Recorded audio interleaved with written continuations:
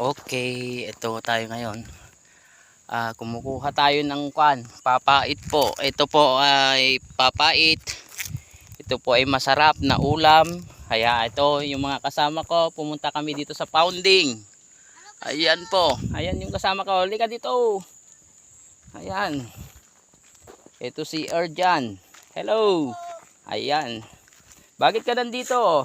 Para kumuha ng papaitan. Papaitan. Opo, Ay, kumukuha siya ng papaitan daw po. Ito, nandito kami para kumuha ng papait po, yung ulam na gulay. Ayan po. Pakita natin yung papait. Sige, ito. Ito. Ayan, mga kapatid. Okay. Ito po yung sinasabi naming papait. Ayan, maliliit pa pero maganda po. Ayan.